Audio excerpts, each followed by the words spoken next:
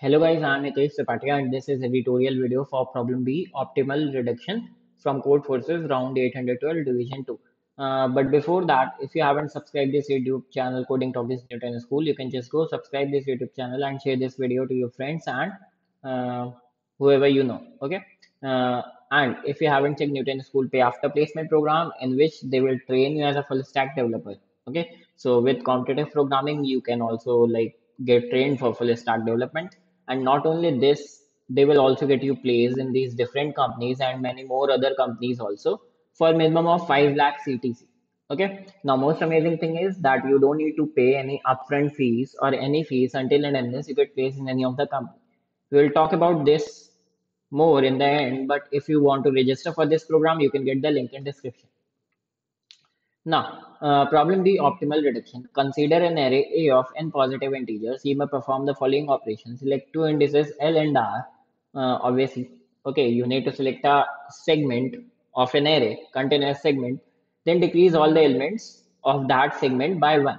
Now, let's call FA the minimum number of operations needed to change array A into an array of n zeros.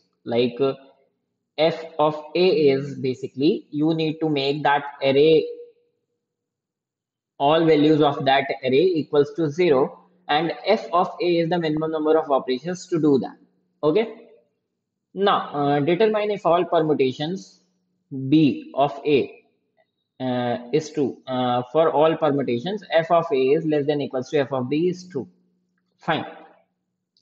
So basically question क्या कह रहा है? Question कह रहा है कि एफ ऑफ ए है क्या एग्जैक्टली कि जो करंट परमुटेशन तुम्हें गिवन है एरे ए, ठीक है, उसमें से उनकी सारी वैल्यूज को तुम्हें जीरो बनाना है, और एफ ऑफ ए है मिनिमम नंबर ऑफ ऑपरेशंस, जो कि ये है ऑपरेशन, ठीक है। तुमने कोई भी एक सेगमेंट चुना और उस सेगमेंट की सारी वैल्यूज जीरो बनानी।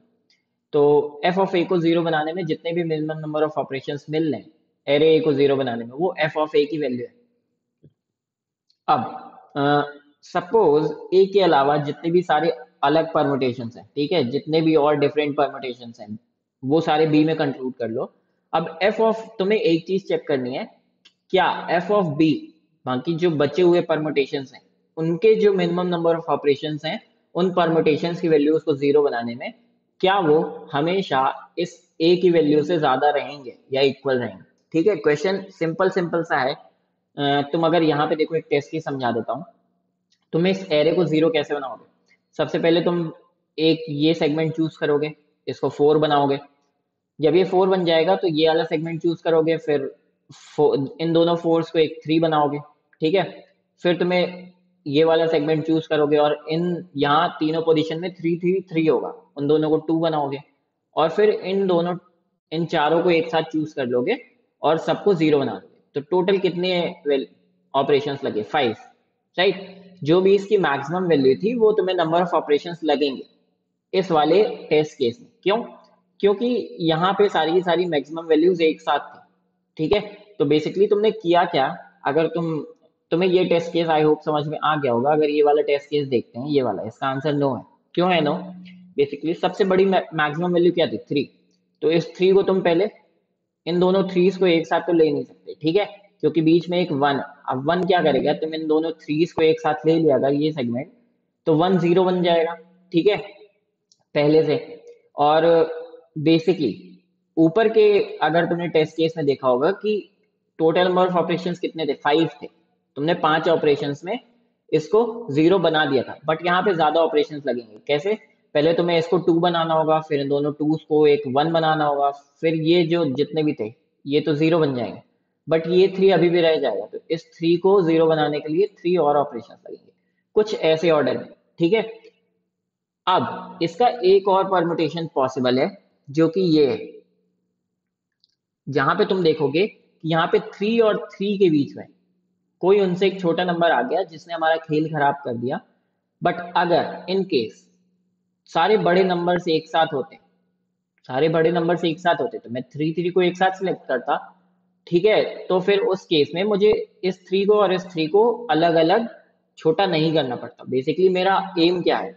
मुझे बड़े नंबर्स को छोटा करते जाना है, और जब भी वो जैसे ही छोटे हुए एक स्टेप, तो मुझे चेक कर लेना है कि वो उनके साथ और कौन कौन से नंबर सेगमेंट में आ सकते हैं। ठीक है, ताकि मैं minimum number of operations choose करूं। अब तुम यहाँ पे देखोगे कि 3 3 एक साथ था, इस वजह से ये दोनों 3 एक साथ 2 बन जाएंगे, फिर ये तीनों 2 एक साथ ले लिए जाएंगे तो ये 1 बन जाएंगे, फिर बाद में उसके सारे एक साथ 1 ले लिए जाएंगे। तो यहाँ पे तुम एक चीज देखोगे कि ये जो परमुटेशन है इसका आंसर क्या है, 3 ऑपरेशंस लग रहे हैं, दैट इज जो भी इसकी मैक्सिमम वैल्यू है मुझे उतने नंबर ऑफ ऑपरेशंस लग रहे हैं। एक चीज समझ में आई। अब मैं यहाँ पे आ जाता हूँ, जो एफ ऑफ ए है, बेसिकली मुझे एक ऐसा परमुटेशन है जिसमें बाकी जितने भी परम्यूटेशन है उससे कम ऑपरेशंस लग रहे हैं, ठीक है। और वो ऑपरेशन कौन सा हो सकता है, कुछ ऐसा परम्यूटेशन हो सकता है जिसमें जो ऑपरेशंस है वो कितने लगे, मैक्सिमम वैल्यू के बराबर। अब मैं अपने बोर्ड में आ जाता हूँ और यहाँ पे समझाता हूँ तुम्हें, ठीक है। तो बेसिकली ए जो मेरा एक परम्यूटेशन है वो मेरा ऐसा परम्यूटेशन होना चाहिए, तुम्हें एक चीज समझ में आ गई होगी यहाँ तक कि मेरी कोई भी एरे ए है, A1 A2 A3 A4, किसी भी एरे को पूरी वैल्यू जीरो बनाने में जो भी ऑपरेशन गिवन है उसका यूज करके मुझे एटलीस्ट जो भी इसकी मैक्सिमम वैल्यू, सपोज इसकी मैक्सिमम वैल्यू m है, तो एटलीस्ट m ऑपरेशंस तो लगेंगे लगेंगे, ठीक है।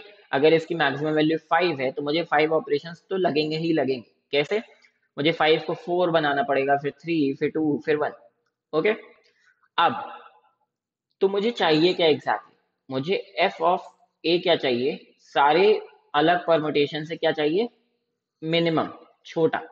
तो basically what I am saying is कि ये जो एरे ए है ये मेरी कैसी होनी चाहिए, ये जो एरे ए है ये मेरी कुछ ऐसी होनी चाहिए सच दैट जो इसको जीरो बनाने में नंबर ऑफ ऑपरेशंस लग रहे हैं, जो इसको जीरो बनाने में नंबर ऑफ ऑपरेशंस लग रहे हैं वो कितने होने चाहिए, कैपिटल एम, जो भी इसकी मैक्सिमम वैल्यू है, ठीक है।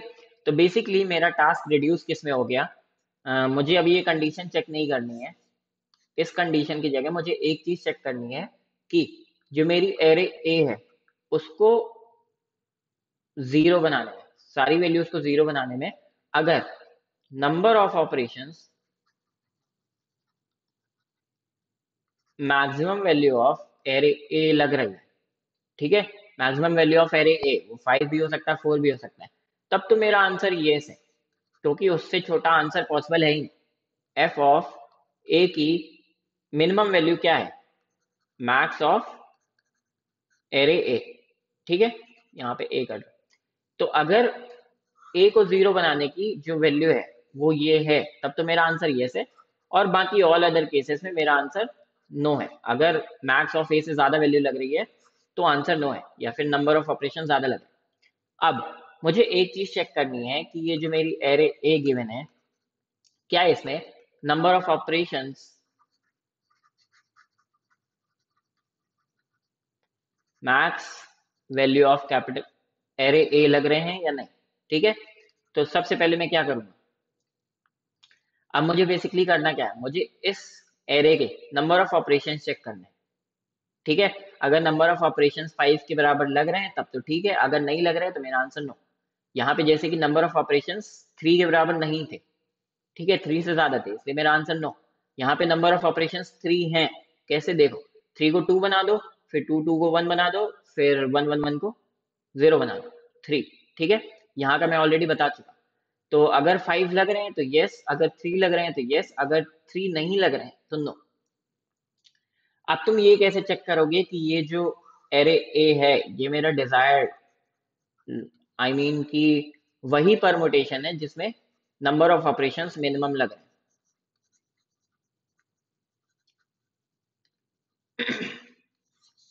इसके लिए तुम्हें एक चीज देखनी थी, बस एक सिंगल चीज, तुम्हें वो चीज यहां से समझ में भी आ गई होगी कि अगर कोई भी वैल्यू है, ठीक है, सपोज मैं यहां पे समझाता हूं, कोई भी एरे ए है,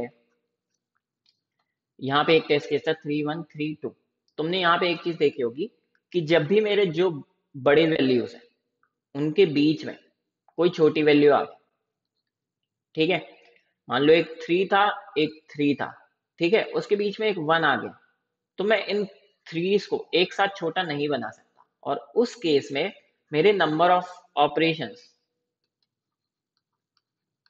बढ़ जाएंगे, राइट। मुझे इस 3 को अलग से छोटा बनाना पड़ेगा और इस 3 को अलग से छोटा बनाना पड़ेगा इस पूरी एरे को 0 बनाने के लिए। तो एक इंट्यूशन मिला मुझे इस टेस्ट केस से कि जहां पर भी मेरी एरे ए में कोई भी बड़ी वैल्यू है, ठीक है, कोई भी बड़ी वैल्यू है x, ठीक है, और बीच में कोई और वैल्यूज हैं और उसके बाद कोई x डैश वैल्यू, ठीक है, अगर x वैल्यू और x डैश वैल्यू, मान लो ये 7 है और ये 10 है, ठीक है, और यहाँ पे इसके कोई भी वैल्यूज रख लो 2 3 4, ठीक, तो मैं क्या करूंगा, सपोज ये मेरी एरे थी, ठीक, तो मैं क्या करूंगा, मैं पहले 10 को क्या कर लूंगा, 7 के इक्वल बना लूंगा या 4 के इक्वल बना लूंगा, ठीक है, 10 को मान लो मैंने 4 के इक्वल बना लिया या फिर 7 के इक्वल बनाया, बट अब यहाँ पे देखोगे क्या कि ये भी मेरा 7 है, ये भी मेरा 7 है, बट मुझे इस 7 को अलग से बनाना पड़ेगा क्लोज टू 0 और इस 7 को अलग से, तो कहीं ना कहीं मेरे जो नंबर ऑफ ऑपरेशंस हैं वो बढ़ जाएंगे, ठीक, तो इस पूरे का एक कंक्लूजन है कि कहीं पर भी अगर कोई भी नंबर है, मान लो x है, अगर वो दो बड़े नंबर्स के बीच में, दैट इज यहाँ पे कोई नंबर है x डैश और यहाँ पे कोई x डबल डैश है, और इनमें से अगर मान लो in any case x dash is greater than x है, ठीक है, और x double dash is greater than x है, अगर कोई भी छोटा नंबर दो बड़े नंबरों के बीच में है, उस केस में मेरे नंबर ऑफ ऑपरेशंस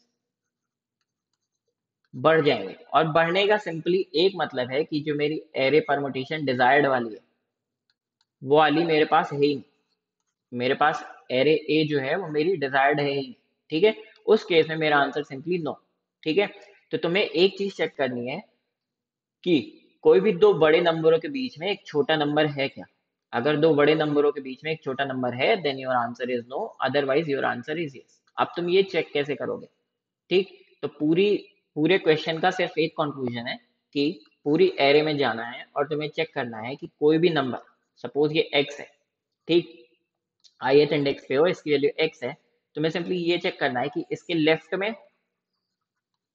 कोई x से बड़ा नंबर है क्या और इसके राइट में कोई x से बड़ा नंबर है क्या, ठीक है, अगर इसके लेफ्ट में और इसके राइट में दोनों साइड x से कोई बड़ा नंबर है then your answer is no, otherwise your answer is yes, ठीक, ये तुम कैसे कर सकते हो, तुम्हें O ऑफ n में आंसर निकालना है तो तुम एक प्रीफिक्स एरे बना लो, एक सफिक्स एरे बना लो, सिंपल सी, ठीक है, और प्रीफिक्स ऑफ i तुम्हारा क्या हो जाएगा, मैक्सिमम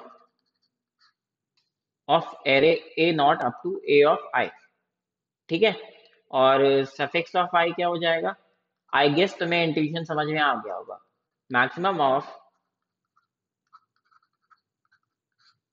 ठीक, अब सिंपली तुम अपनी एरे है, ये तुम्हारी एरे है, तुम्हारे इंडेक्स पे जाओगे और तुम करंट इंडेक्स आई के लिए कैसे चेक करोगे, तुम्हें आई के लिए ये चेक करना है कि उसके लेफ्ट में उससे कोई बड़ा है या फिर उसके राइट में उससे कोई बड़ा है, तो तुम उसके लेफ्ट में क्या चेक करोगे, अगर prefix of I minus one जो है, ठीक है, दैट इज इसके लेफ्ट में जो भी मैक्सिमम वैल्यू है, इस आई इंडेक्स के लेफ्ट में जो भी मैक्सिमम वैल्यू है, अगर वो greater than A of I है and suffix of I plus one, that is इस आई इंडेक्स के राइट में जो भी मैक्सिमम वैल्यू है अगर वो भी greater than A of I है then your answer is no, otherwise अगर सारे इंडेक्स सेटिस्फाई नहीं कर रहे तो योर आंसर इज यस, ठीक है, आई गेस प्रॉब्लम का कोड बहुत इजी सा है और प्रॉब्लम भी बी है तो मैं इसका कोड नहीं दिखा रहा हूँ, इन any case if you want the code for this problem you can ask me in comment section, I will provide you the link, ठीक है, thank you guys for watching this video. If you want to know more about this pay after placement program you can ask me in comment section again, and like this video and share this video. Thank you guys for watching.